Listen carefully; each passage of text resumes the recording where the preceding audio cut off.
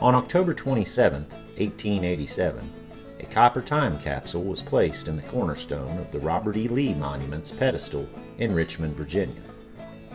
Records from the Library of Virginia suggest that 37 Richmond residents, organizations, and businesses contributed about 60 objects to the capsule, real, tangible artifacts of both Richmond and America's history. On June 4, 2020, however, Virginia Governor Ralph Northam announced that the Robert E. Lee Monument in Richmond, along with all the other statues along Monument Avenue that had been erected to commemorate Civil War veterans, would be removed, and on September 8, 2021, crews from the city executed the governor's orders bringing the history of the monument to a close. In an effort to further destroy the historic integrity of the site, Governor Northam announced plans to replace the 134-year-old time capsule embedded in the pedestal with a new time capsule that was deemed more representative of modern culture in Virginia and more palatable to modern society as a whole. Thankfully, crews were unable to locate the original time capsule, and so it remains in its rightful place as part of Virginia and our country's history. But what was inside? This newspaper article from late October of 1887 provides a list of the articles that were placed inside of the copper box.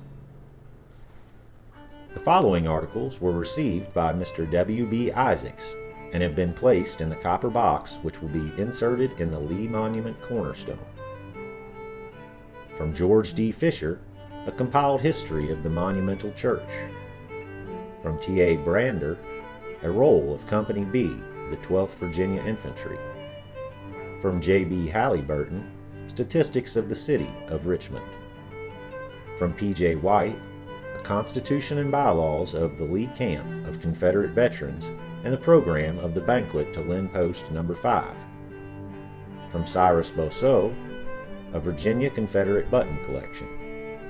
From J.W. Talley, a battle flag and square and compass made from the tree over Stonewall Jackson's grave.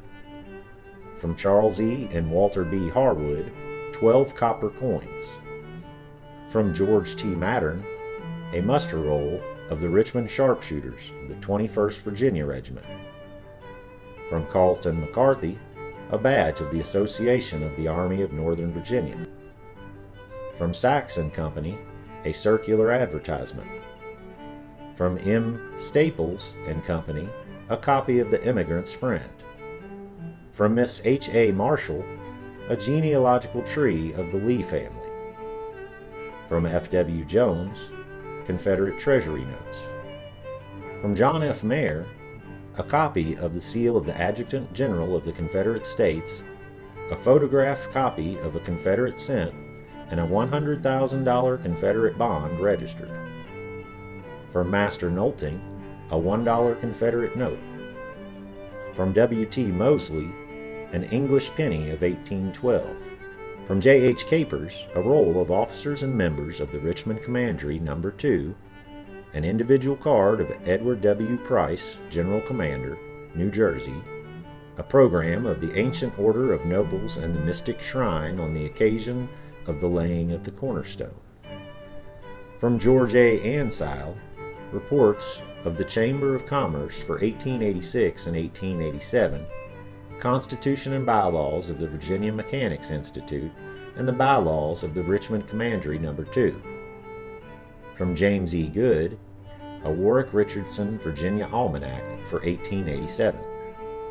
From J. W. Randolph in English, A Soldier's Life, Army of Northern Virginia book, a memorial volume of the Army of Northern Virginia, a guide to Richmond with maps of Richmond and Virginia, a badge of the Cornerstone Parade, a history of the First Battle of Manassas, and Grantham's historical account of some memorable actions in Virginia from 1716. From Emma R. Ball, a report from the Mount Vernon Ladies Association of 1887. From Miss Patty Leake, a picture of Lincoln lying in his coffin. From W. H. Sands, a program of the Ancient Order of Nobles of Mystic Shrine laying cornerstone of the Lee Monument. From James Alfred Jones, a weekly dispatch from October 21st, 1887, containing a letter of the Honorable W. W. Corrigan on General Lee. From Miss Nettie Lee Brown, W. Gordon McCabe's address at the reunion of Pegram's Battalion, a picture of memorial window at Pegram's Battalion at the Soldiers' Home, a gray and blue badge. From Master Frank Brown, a piece of a stone wall from Fredericksburg, Virginia, 3 bullets from the battlefield of Fredericksburg, 1 piece of shell from Fredericksburg, 1 piece of wood with a mini ball in it from the Battle of Fredericksburg, and a cut from a tree at the Bloody Angle in Spotsylvania. From Henry H. Turner, an individual card. From C.S. de Villiers, a program of 3 exhibitions of Bremen Institute for a benefit of the Lee Monument Fund, and a button from the code of Captain Bremond. From Blair Meanley, an individual card. From William B. Isaacs, an assortment of United States silver and copper coins, and a Richmond directory. From Carlton McCarthy, 1 United States silver dollar from 1886, and a Richmond Times dated the 23rd of October, 1887. From J. Thompson Brown, an assortment of United States fractional coins. From Thomas J. Stark, 1 Holy Bible.